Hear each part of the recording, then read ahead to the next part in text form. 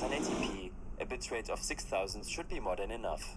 And for 720p streaming, I suggest setting it to 3000, which is an upload speed of at least 3 megabytes per second. In my case, I am always streaming in 720p and 60 fps. That's why I will set this value to 3500. Below, set the keyframe interval to 2 seconds, preset to performance, and profile to main. These settings are, if you haven't already noticed, optimized for low to mid-end PCs. Next, in the recording section, I suggest setting the recording path to an SSD, if you have enough storage left. Otherwise, choose a folder in your HDD storage. I like to use MP4 as the recording format, which keeps the file size low and enables you to import it to any video editing software. Again here, set the encoder to NVIDIA NVENC or X264, depending on your GPU and CPU. Set your rate control to CBR, which stands for constant bitrate, and your bitrate to around 10,000. I am using 20,000, which will inflate the file size to 20 megabytes per recorded second, to get even more detail in my videos. This setting will not depend on your network connection. Keyframe interval is set to 2 seconds, preset to quality, profile to main, and max B-frames to 2. Don't forget to apply your changes. In the Video tab, set the base resolution to your native monitor resolution. In my case, it's 1080p. Your native display settings should show you your display resolution if you feel like your monitor has an abnormal resolution. The output or scaled resolution should be 1080p or 720p, depending on your upload speed. If you experience stuttering while playing a game and streaming or recording in 1080p, then I suggest you to set this to 720p and FPS to 60.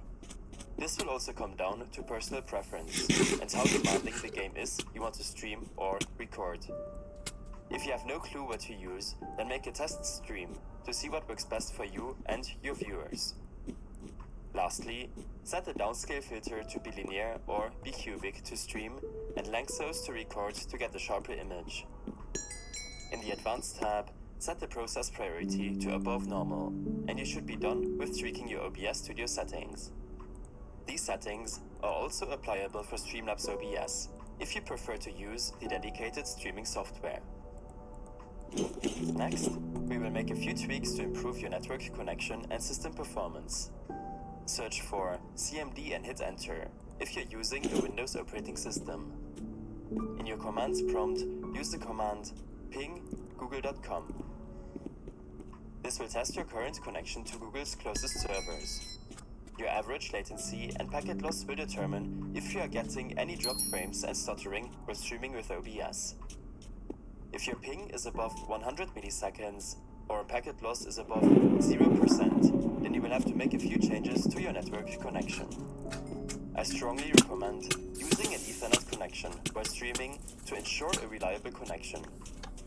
Next, restart your router or modem if you haven't done this in a while, and reduce the amount of devices using the same connection. Next, use the command ipconfig/flushdns to flush and reset the content of your DNS resolver cache. This should help you a lot in reducing your latency. When this is done, you can exit out of your commands prompt and open up your task manager. Here, navigate to your resource monitor as you can see in the video. On this window, go to the Network tab and open up the processes with network activity. Here, you will see every process using your network connection. This might be Steam, Spotify, your browser running in the background, or a download bottlenecking your connection. Only enter processes which you know won't break your operating system. Below, you can preview your network utilization in %. When going back to your task manager, you should close the processes which you don't need while streaming or recording. Again, this could be your browser or any other resource-intensive program. In the Startup tab, you can also prevent some programs from automatically starting up on system boot. Lastly, search for Game Bar to open up the Game Bar system settings.